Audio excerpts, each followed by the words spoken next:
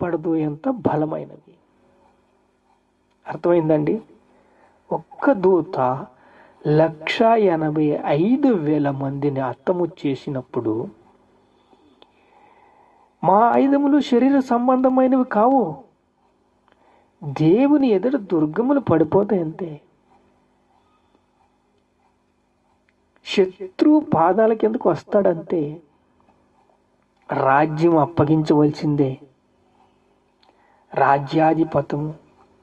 పత్యము అప్పగించవలసిందే. అప్పుడు అంతం వస్తుంది.